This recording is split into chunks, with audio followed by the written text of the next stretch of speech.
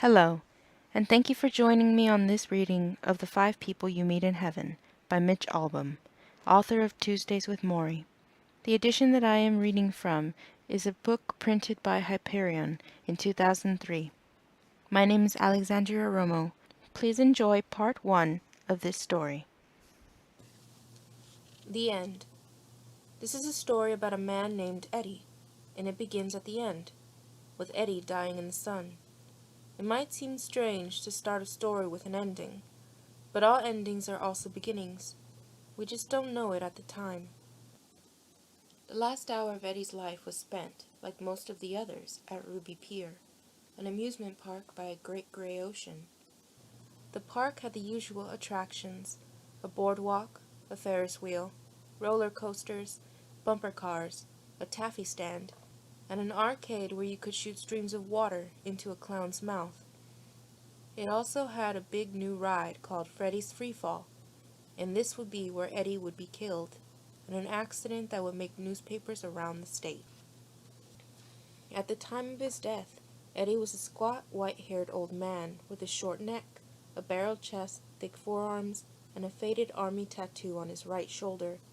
His legs were thin and veined now, and his left knee, wounded in the war, was ruined by arthritis. He used a cane to get around. His face was broad and craggy from the sun, with salty whiskers and a lower jaw that protruded slightly, making him look prouder than he felt. He kept a cigarette behind his left ear, and a ring of keys hooked to his belt. He wore rubber-soled shoes. He wore an old linen cap. His pale brown uniform suggested a working man, and a working man he was.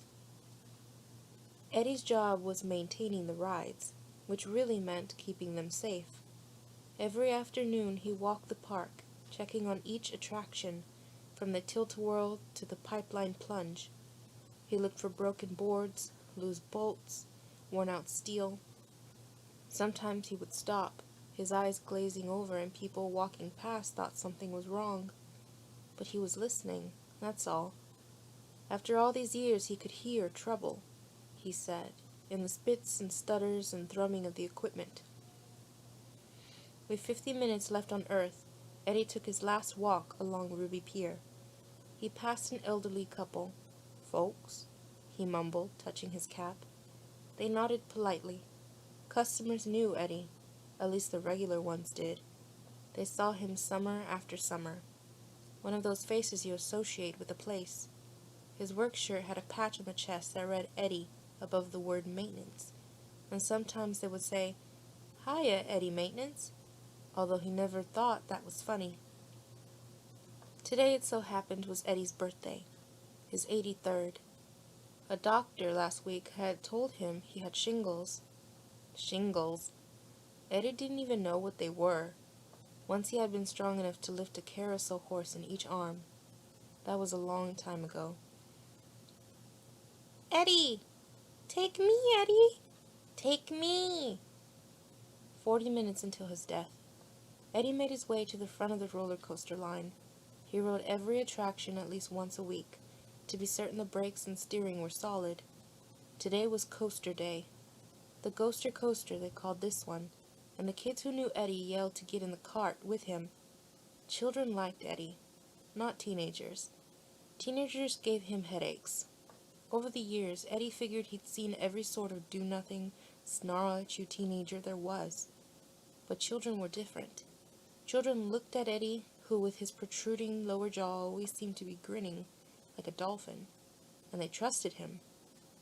They drew in like cold hands to a fire. They hugged his leg. They played with his keys. Eddie mostly grunted, never saying much. He figured it was because he didn't say much that they liked him. Now Eddie tapped two little boys with backward baseball caps. They raced to the cart and tumbled in. Eddie handed his cane to the ride attendant and slowly lowered himself between the two. "Here we go! Here we go!" one boy squealed, as the other pulled Eddie's arm around his shoulder. Eddie lowered the lap bar, and clack, clack, clack, up they went. A story went around about Eddie. When he was a boy, growing up by this very same pier, he got in an alley fight. 5 kids from Pitkin Avenue had cornered his brother, Joe. and were about to give him a beating. Eddie was a block away on a stoop, eating a sandwich. He heard his brother scream. He ran to the alley, grabbed a garbage can lid, and sent 2 boys to the hospital. After that, Joe didn't talk to him for months. He was ashamed. Joe was the oldest, the firstborn, but it was Eddie who did the fighting. "Can we go again, Eddie? Please?" 34 minutes to live. Eddie lifted the lap bar, gave each boy a sucking candy, retrieved his cane, then limped to the maintenance shop to cool down from the summer heat. Had he known his death was imminent, he might have gone somewhere else. Instead, he did what we all do. He went about his dull routine as if all the days in the world were still to come. One of the shop workers, a lanky, bony-cheeked young man named Dominguez, was by the solvent sink, wiping grease off a wheel. "Yo, Eddie," he said. "Dom," Eddie said. The shop smelled like sawdust. It was dark and cramped, with a low ceiling and pegboard walls that held drills and saws and hammers. Skeleton parts of fun park rides were everywhere. Compressors, engines, belts, light bulbs, the top of a pirate's head. Stacked against one wall were coffee cans of nails and screws, and stacked against another wall were endless tubs of grease. Greasing a track, Eddie would say, required no more brains than washing a dish. The only difference was you got dirtier as you did it, not cleaner. And that was the sort of work that Eddie did. Spread grease, adjusted brakes, tightened bolts, checked electrical panels. Many times he had longed to leave this place, find different work, build another kind of life. But the war came. His plans never worked out. In time he found himself graying and wearing looser pants, and in a state of weary acceptance that this was who he was and who he would always be, a man with sand in his shoes in a world of mechanical laughter and grilled frankfurters.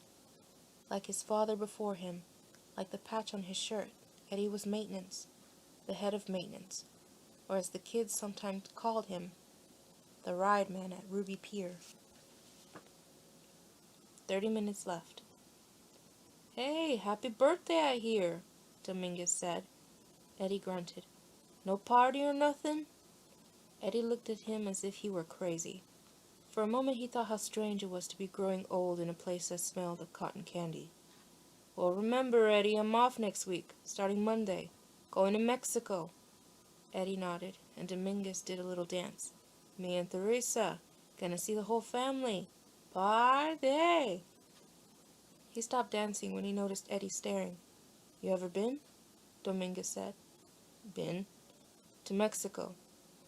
Eddie exhaled through his nose.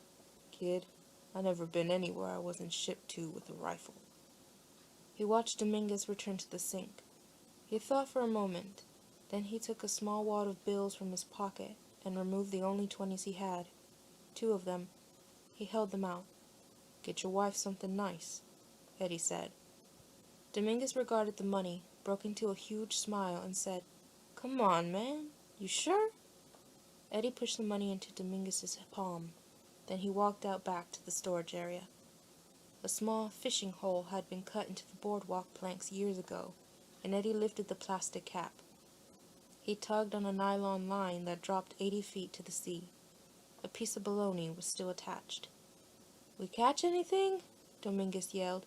"Tell me we caught something." Eddie wondered how the guy could be so optimistic.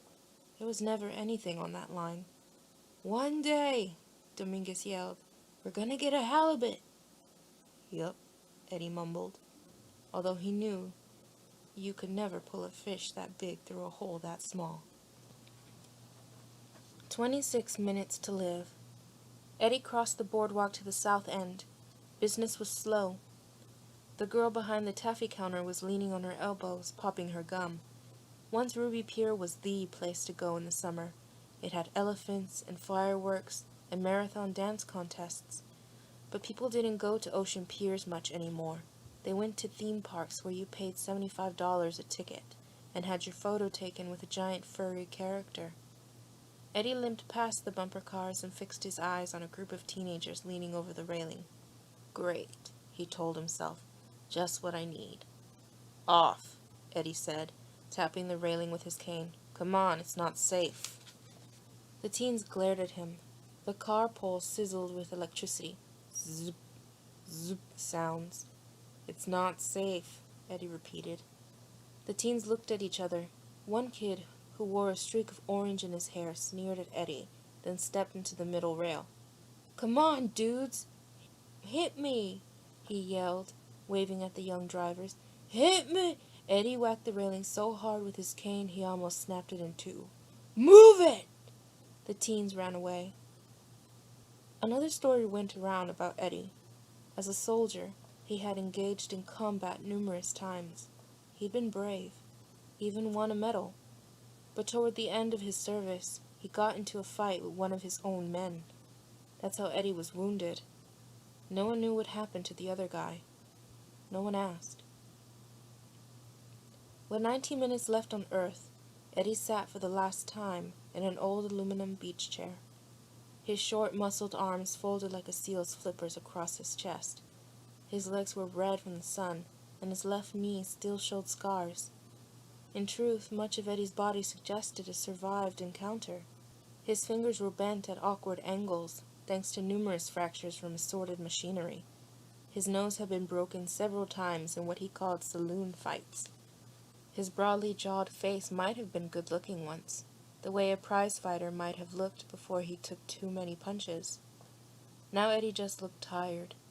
This was his regular spot on the Ruby Pier boardwalk, behind the Jackrabbit ride, which in the 1980s was the Thunderbolt, which in the 1970s was the Steel Eel, which in the 1960s was the Lollipop Swings, which in the 1950s was Laugh in the Dark, and which before that was the Stardust Band Shell, which was where Eddie met Marguerite. Every life has one true love snapshot. For Eddie, it came on a warm September night after a thunderstorm, when the boardwalk was spongy with water. She wore a yellow cotton dress with a pink barrette in her hair. Eddie didn't say much. He was so nervous he felt as if his tongue were glued to his teeth. They danced to the music of a big band, Longlegs Delaney and his Everglades Orchestra. He bought her a lemon fizz. She said she had to go before her parents got angry, but as she walked away, she turned and waved. That was the snapshot. For the rest of his life, whenever he thought of Marguerite, Eddie would see that moment, her waving over her shoulder, her dark hair falling over one eye, and he would feel the same arterial burst of love. That night he came home and woke his older brother. He told him he'd met the girl he was going to marry. "Go to sleep, Eddie," his brother groaned. A wave broke on the beach. Eddie coughed up something he did not want to see. He spat it away. He used to think a lot about Marguerite. Not so much now. She was like a wound beneath an old bandage, and he had grown more used to the bandage. What was shingles? 16 minutes to live. No story sits by itself. Sometimes stories meet at corners and sometimes they cover one another completely, like stones beneath a river. The end of Eddie's story was touched by another seemingly innocent story, months earlier. A cloudy night when a young man arrived at Ruby Pier with 3 of his friends. The young man, whose name was Nicky, had just begun driving and was still not comfortable carrying a keychain. So he removed the single car key and put it in his jacket pocket, then tied the jacket around his waist. For the next few hours he and his friends rode all the fastest rides. The Flying Falcon, the Splashdown, Freddy's Freefall, the Ghoster Coaster. "Hands in the air!" one of them yelled. They threw their hands in the air. Later, when it was dark, they returned to the car lot exhausted and laughing, drinking beer from brown paper bags. Nicky reached into his jacket pocket. He fished around. He cursed. The key was gone.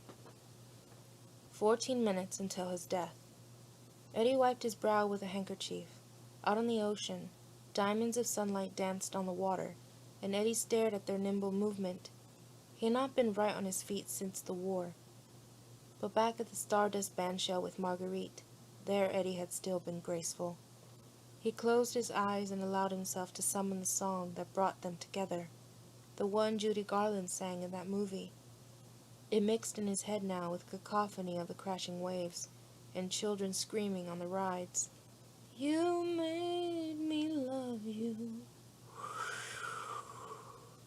Do it. I didn't wanna do it. Me love you. Time you knew it, and all the knew it. Eddie felt her hands on his shoulders. He squeezed his eyes tightly to bring the memory closer. 12 minutes to live. Excuse me. A young girl, maybe 8 years old, stood before him, blocking his sunlight. She had blonde curls and wore flip-flops and denim cut-off shorts and a lime green t-shirt with a cartoon duck on the front. Amy, he thought her name was. Amy or Annie. She'd been here a lot this summer, although Eddie never saw a mother or father.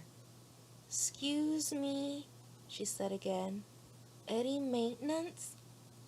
Eddie sighed. "Just Eddie," he said. "Eddie?" "Uh-huh." "Can you make me?"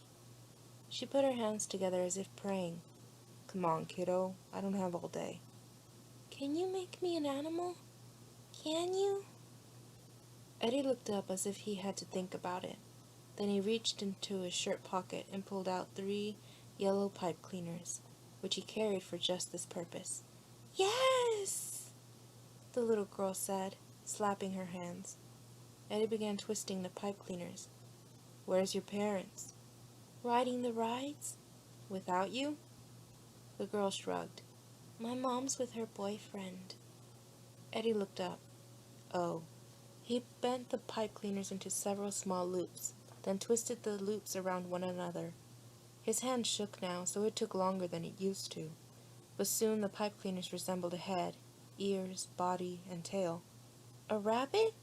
the little girl said. Eddie winked. "Thank you!" She spun away, lost in that place where kids don't even know their feet are moving. Eddie wiped his brow again, then closed his eyes, slumped into the beach chair, and tried to get the old song back into his head. A seagull squawked as it flew overhead. How do people choose their final words? Do they realize their gravity? Are they fated to be wise? By his 83rd birthday, Eddie had lost nearly everyone he'd cared about. Some had died young, and some had been given a chance to grow old before a disease or an accident took them away. At their funerals, Eddie listened as mourners recalled their final conversations. "It's as if he knew he was going to die," some would say. Eddie never believed that. As far as he could tell, when your time came, it came, and that was that. You might say something smart on your way out, but you might just as easily say something stupid. For the record, Eddie's final words would be, "Get back!" Here are the sounds of Eddie's last minutes on Earth. Waves crashing, the distant thump of rock music, the whirring engine of a small biplane dragging an ad from its tail, and this. "Oh my God! Look!" Eddie felt his eyes dart beneath his lids. Over the years he had come to know every noise at Ruby Pier, and could sleep through them all like a lullaby. This voice was not in the lullaby. "Oh my God! Look!" Eddie bolted upright. A woman with fat, dimpled arms was holding a shopping bag and pointing and screaming. A small crowd gathered around her, their eyes to the skies. Eddie saw it immediately. Atop Freddy's Freefall, the new tower drop attraction, one of the carts was tilted at an angle as if trying to dump its cargo. 4 passengers, 2 men, 2 women, held only by a safety bar, were grabbing frantically at anything they could. "Oh my God!" the fat woman yelled. "Those people! They're gonna fall!" A voice squawked from the radio on Eddie's belt. "Eddie! Eddie!" He pressed the button. "I see it. Get security." People ran up from the beach, pointing as if they had practiced this drill. "Look! Up in the sky! An amusement ride turned evil. Eddie grabbed his cane and clomped to the safety fence around the platform base, his wad of keys jangling against his hip. His heart was racing. Freddy's freefall was supposed to drop 2 carts in a stomach-churning descent, only to be halted at the last instant by a gush of hydraulic air. How did one cart come loose like that? It was tilted just a few feet below the upper platform, as if it had started downward then changed its mind. Eddie reached the gate and had to catch his breath. Dominguez came running and nearly banged into him. "Listen to me," Eddie said, grabbing Dominguez by the shoulders. His grip was so tight, Dominguez made a pained face. "Listen to me. Who's up there?" "Willie." "Okay. He must have hit the emergency stop. That's why the cart is hanging. Get up the ladder and tell Willie to manually release the safety restraint so those people can get out, okay? It's on the back of the cart, so you're gonna have to hold him while he leans out there, okay? Then the two of yous now, not one, you got it? The 2 of yous get them out. One holds the other. Got it? Got it?" Dominguez nodded quickly. "Then send that damn cart down so we can figure out what happened." Eddie's head was pounding. Although his park had been free of any major accidents, he knew the horror stories of his business. Once in Brighton, a bolt unfastened on a gondola ride, and 2 people fell to their death. Another time, in Wonderland Park, a man had tried to walk across a roller coaster track. He fell through and got stuck beneath his armpits. He was wedged in, screaming, and the cars came racing toward him and, well, that was the worst. Eddie pushed that from his mind. There were people all around him now, hands over their mouths, watching Dominguez climb the ladder. Eddie tried to remember the insides of Freddy's freefall. Engine, cylinders, hydraulics, seals, cables. How does a cart come loose? He followed the ride visually from the 4 frightened people at the top, down the towering shaft, and into the base. Engine, cylinders, hydraulics, seals, cables.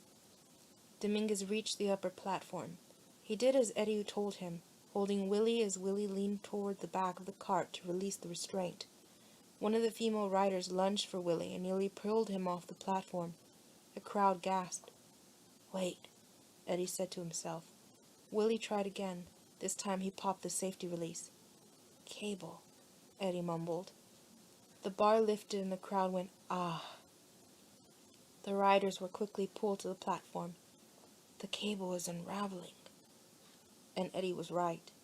Inside the base of Freddy's freefall, hidden from view, the cable that lifted cart number 2 had for the last few months been scraping against a locked pulley.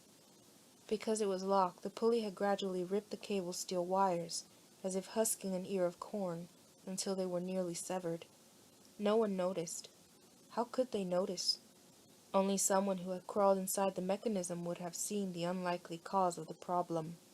The pulley was wedged by a small object that must have fallen through the opening at a most precise moment. A car key. "Don't release the cart!" Eddie yelled. He waved his arms. "Hey! Hey! It's the cable! Don't release the cart! It'll snap!" The crowd drowned him out. It cheered wildly as Willie and Dominguez unloaded the final rider. All 4 were safe. They hugged atop the platform. "Tom! Willie!" Eddie yelled. Someone banged against his waist, knocking his walkie-talkie to the ground. Eddie bent to get it. Willie went to the controls. He put his finger on the green button. Eddie looked up. "No! No! No! Don't!" Eddie turned to the crowd. "Get back!" Something in Eddie's voice must have caught the people's attention. They stopped cheering and began to scatter. An opening cleared around the bottom of Freddy's freefall, and Eddie saw the last face of his life. She was sprawled upon the ride's metal base as if someone had knocked her into it, her nose running, tears filling her eyes. The little girl with the pipe cleaner animal. Amy? Annie? "Ma! Mom! Mom!" she heaved, almost rhythmically, her body frozen in the paralysis of crying children. "Ma!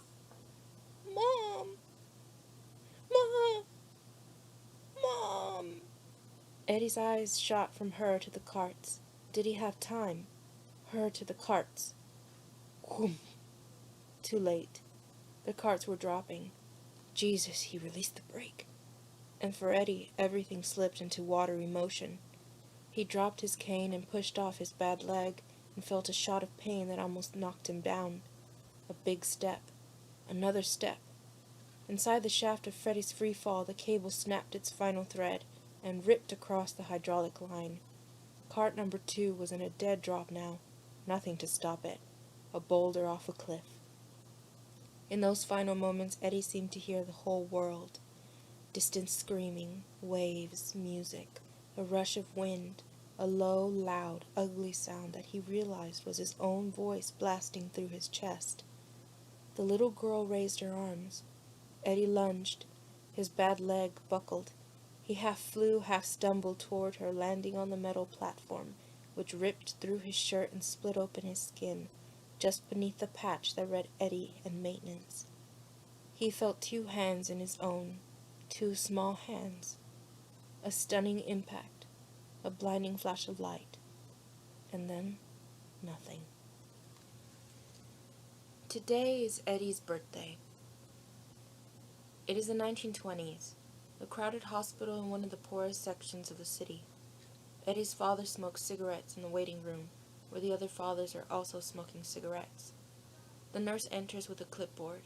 She calls his name. She mispronounces it. The other men blow smoke. Well? He raises his hand. Congratulations, the nurse says.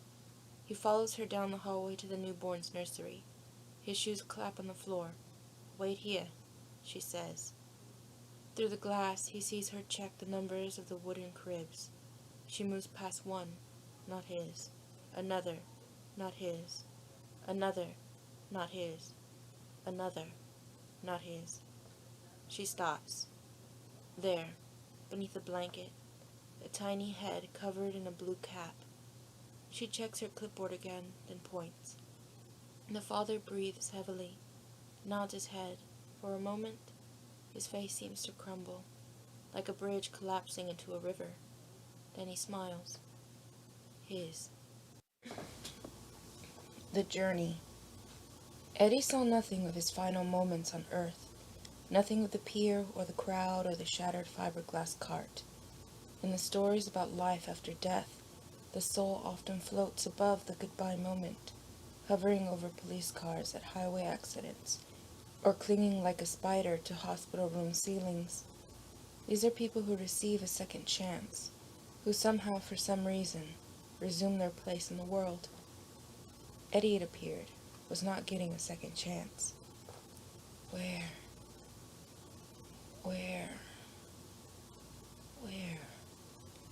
The sky was a misty pumpkin shade, then a deep turquoise, and a bright lime. Eddie was floating, and his arms were still extended. Where? The tower cart was falling. He remembered that. The little girl, Amy, Annie. She was crying. He remembered that. He remembered lunging. He remembered hitting the platform. He felt her 2 small hands in his. Then what? Did I save her? Eddie could only picture it at a distance, as if it happened years ago. Stranger still, he could not feel any emotions that went with it. He could only feel calm, like a child in the cradle of its mother's arms. Where? The sky around him changed again, to grapefruit yellow, then a forest green, then a pink that Eddie momentarily associated with, of all things, cotton candy. Did I save her? Did she live? Where is my worry? Where is my pain? That was what was missing. Every hurt he'd ever suffered, every ache he'd ever endured. It was all as gone as an expired breath. He could not feel agony. He could not feel sadness. His consciousness felt smoky, wisp-like, incapable of anything but calm. Below him now, the colors changed again. Something was swirling. Water. An ocean. It was floating over a vast yellow sea. Now it turned melon. Now it was sapphire. Now he began to drop, hurtling toward the surface. It was faster than anything he'd ever imagined, yet there wasn't as much as a breeze on his face, and he felt no fear. He saw the sands of a golden shore. Then he was under water. Then everything was silent. Where is my worry? Where is my pain? Today is Eddie's birthday. He is 5 years old. It is a Sunday afternoon at Ruby Pier. Picnic tables are set along the boardwalk, which overlooks the long white beach. There is a vanilla cake with blue wax candles. There is a bowl of orange juice. The pier workers are milling about, the barkers, the sideshow acts, the animal trainers, some men from the fishery. Eddie's father, as usual, is in a card game. Eddie plays at his feet. His older brother Joe is doing push-ups in front of a group of elderly women who feign interest and clap politely. Eddie is wearing his birthday gift, a red cowboy hat and a toy holster. He gets up and runs from one group to the next, pulling out the toy gun and going, bang, bang. Come here, boy. Mickey Shea beckons from a bench. Bang, bang, goes Eddie. Mickey Shea works with Eddie's dad, fixing the rides. He is fat and wears suspenders and is always singing Irish songs. To Eddie, he smells funny, like cough medicine. Come here, let me do your birthday bumps, he says, like we do in Ireland. Suddenly Mickey's large hands are under Eddie's armpits, and he is hoisted up, then flipped over and dangled by the feet. Eddie's hat falls off. Careful, Mickey, Eddie's mother yells. Eddie's father looks up, smirks, then returns to his card game. Ho-ho, I got him, Mickey says. Now, one birthday bump for every year. Mickey lowers Eddie gently, until his head brushes the floor. 1. Mickey lifts Eddie back up. The others join in, laughing. They yell, 2, 3. Upside down, Eddie is not sure who is who. His head is getting heavy. 4, they shout. 5. Eddie is flipped right side up and put down. Everybody claps. Eddie reaches for his hat, then stumbles over. He gets up, wobbles to Mickey Shea, and punches him in the arm. Ho-ho! What was that for, little man? Mickey says. Everyone laughs. Eddie turns and runs away, 3 steps before being swept into his mother's arms. Are you all right, my darling birthday boy? She's only inches from his face. He sees her deep red lipstick and her plump, soft cheeks and the wave of her auburn hair. I was upside down, he tells her. I saw, she says. She puts his hat back on his head. Later she will walk him along the pier, perhaps take him on an elephant ride, or watch the fishermen pull in their evening nets, the fish flipping like shiny, wet coins. She will hold his hand and tell him God is proud of him for being a good boy on his birthday, and that will make the world feel right side up again. The Arrival. Eddie awoke in a teacup.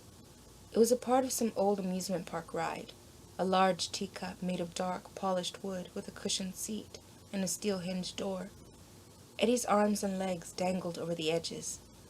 The sky continued to change colors from a shoe-leather brown to a deep scarlet. His instinct was to reach for his cane. He had kept it by his bed the last few years, because there were mornings when he no longer had the strength to get up without it. This embarrassed Eddie, who used to punch men in the shoulders when he greeted them. But now there was no cane, so Eddie exhaled and tried to pull himself up. Surprisingly, his back did not hurt, his leg did not throb. He yanked harder and hoisted himself easily over the edge of the teacup, landing awkwardly on the ground where he was struck by 3 quick thoughts. First, he felt wonderful. Second, he was all alone. Third, he was still on Ruby Pier.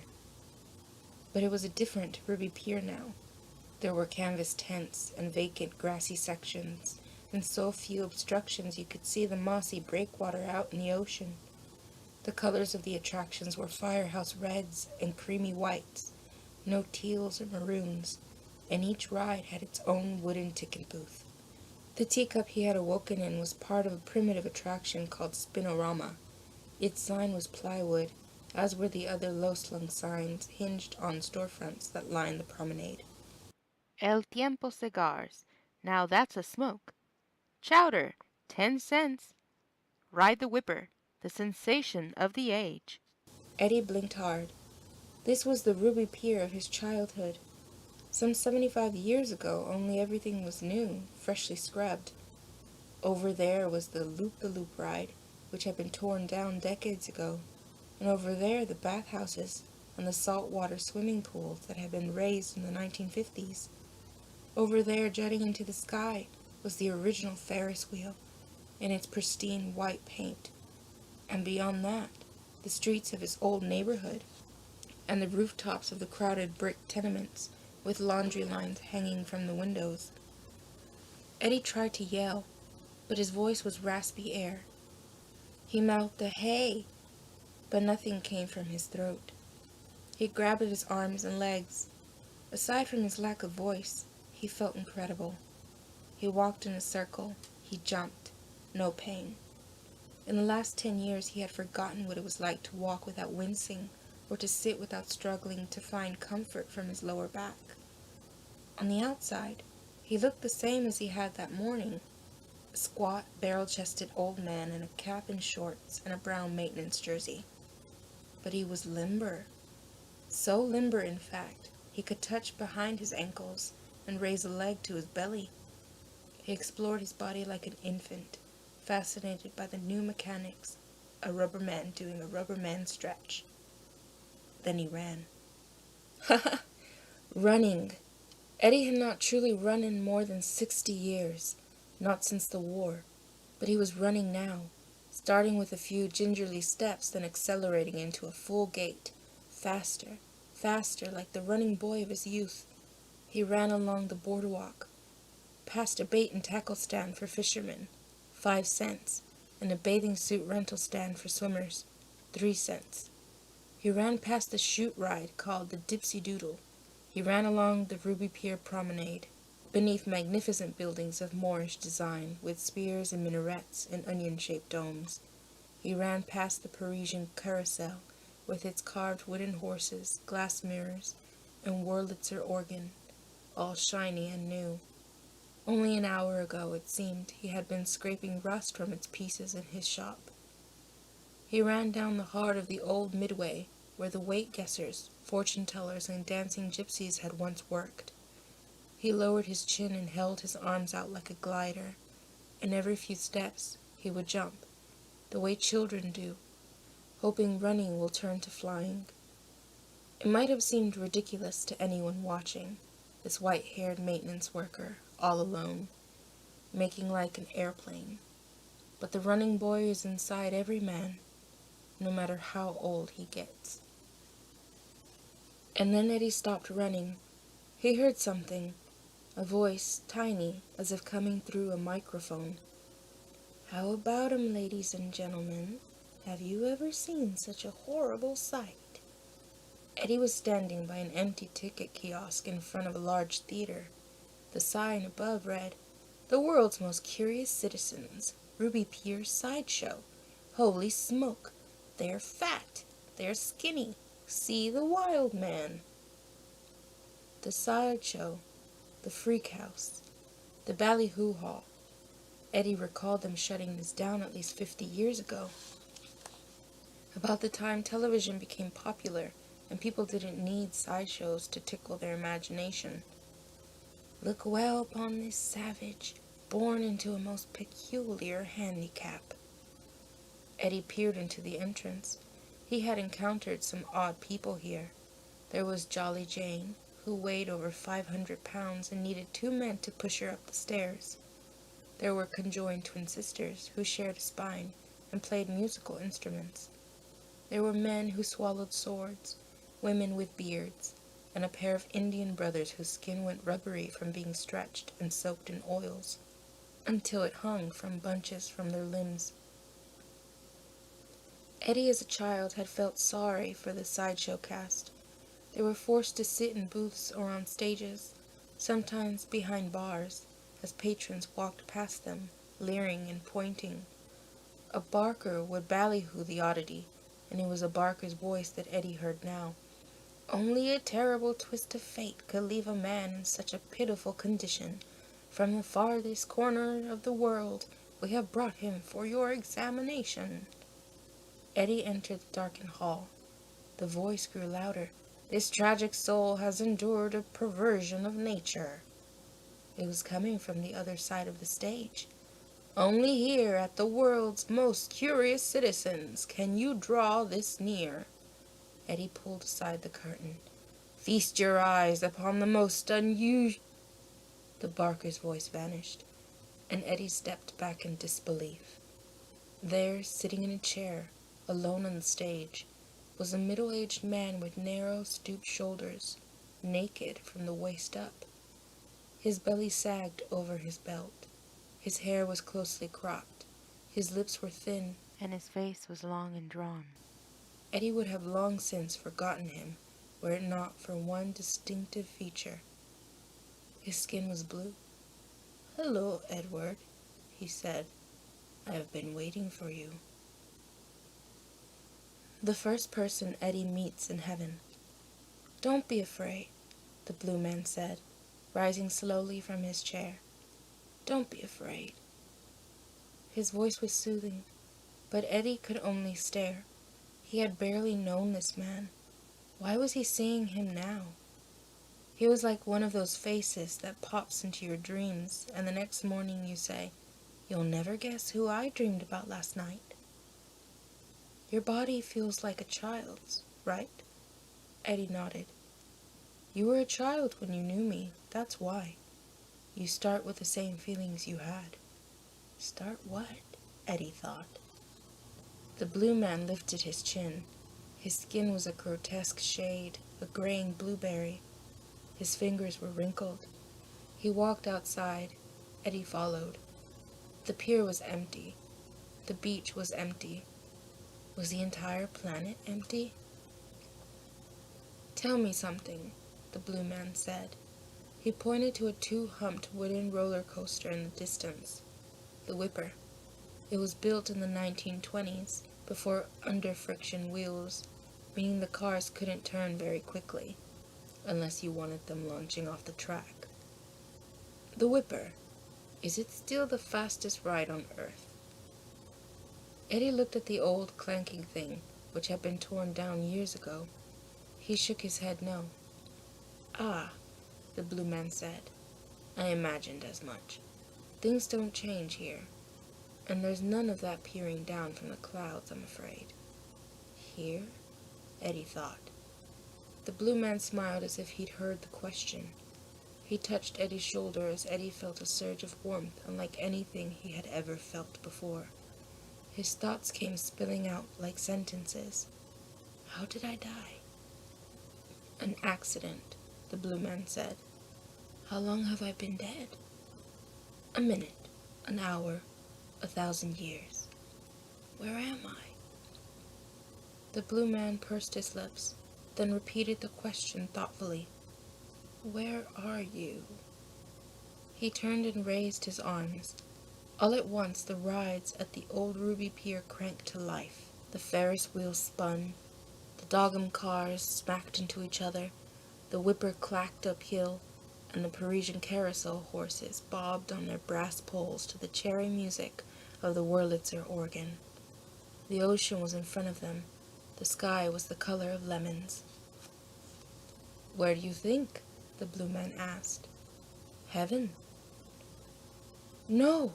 Eddie shook his head violently. "No!" The blue man seemed amused.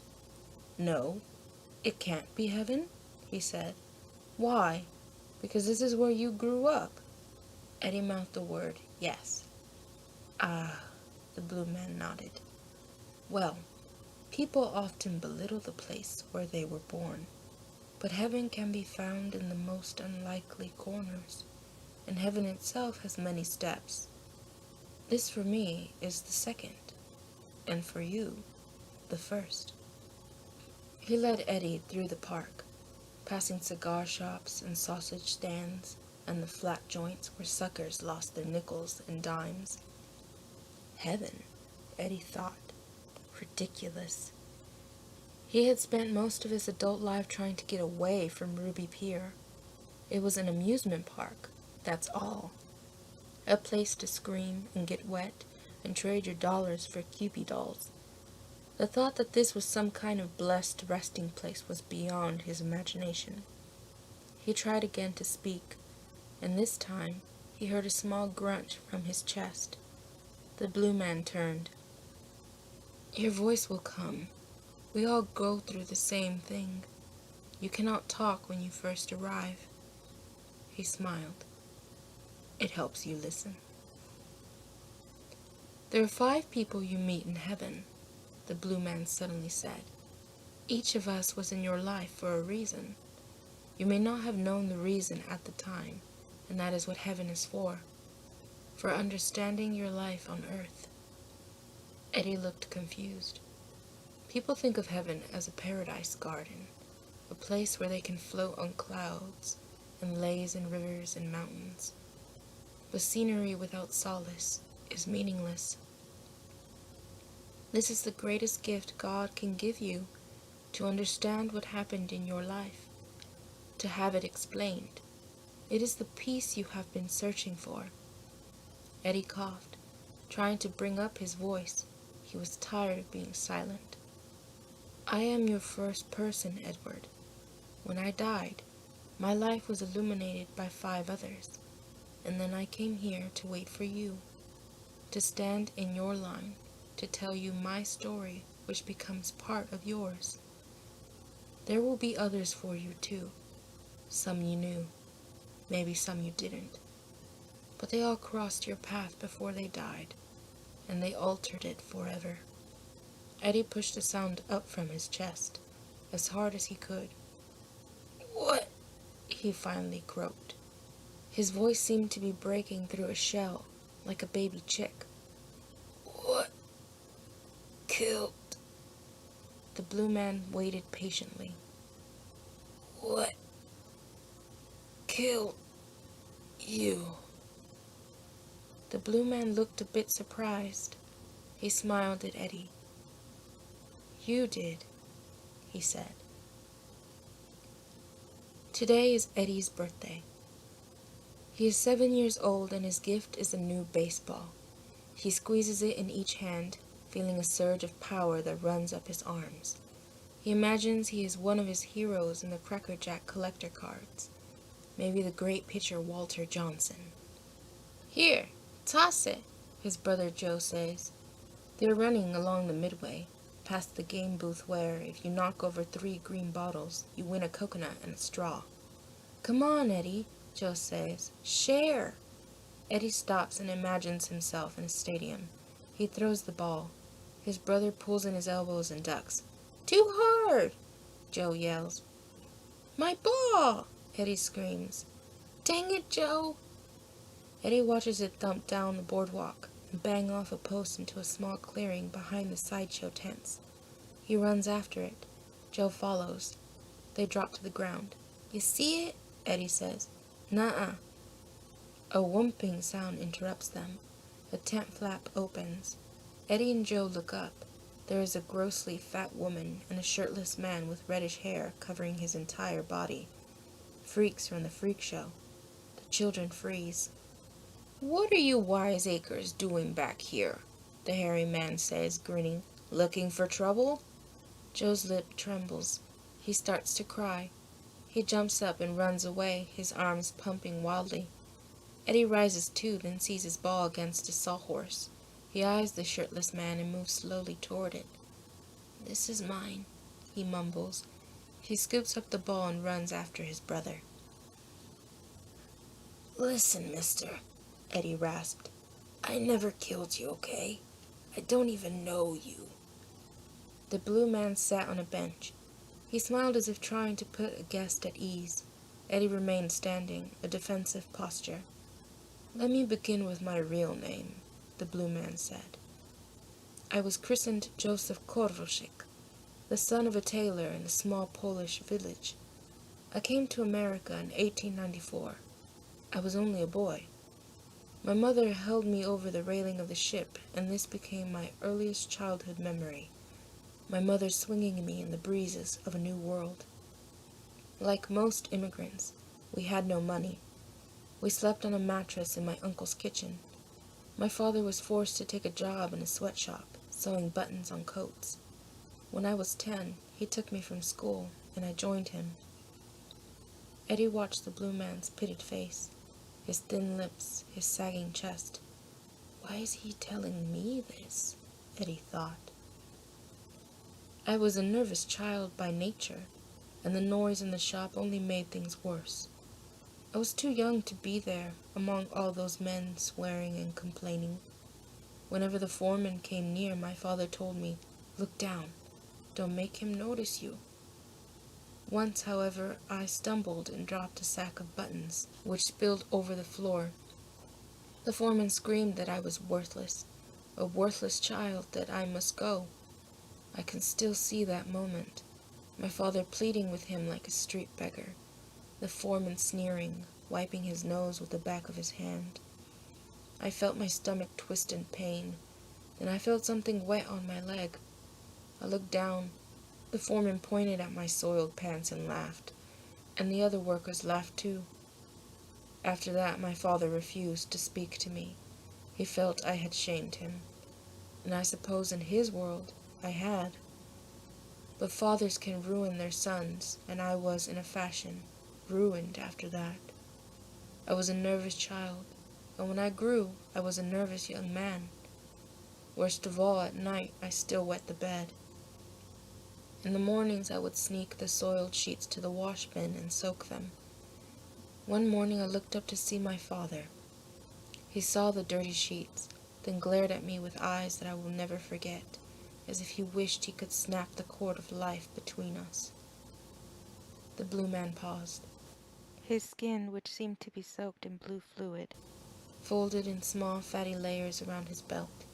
Eddie couldn't help staring. "I was not always a freak, Edward," he said, "but back then medicine was rather primitive. I went to a chemist seeking something for my nerves. He gave me a bottle of silver nitrate and told me to mix it with water and take it every night. Silver nitrate. It was later considered poison, but it was all I had, and when it failed to work, I could only assume I was not ingesting enough. So I took more. I swallowed 2 gulps and sometimes 3 with no water. Soon, people were looking at me strangely. My skin was turning the color of ash. I was ashamed and agitated. I swallowed even more silver nitrate until my skin went from gray to blue, a side effect of the poison." The blue man paused. His voice dropped. "The factory dismissed me. The foreman said I scared the other workers. Without work, how would I eat? Where would I live? I found a saloon, a dark place where I could hide beneath a hat and coat. One night, a group of carnival men were in the back. They smoked cigars. They laughed. One of them, a rather small fellow with a wooden leg, kept looking at me. Finally, he approached. By the end of the night, I had agreed to join their carnival, and my life as a commodity had begun." Eddie noticed the resigned look on the blue man's face.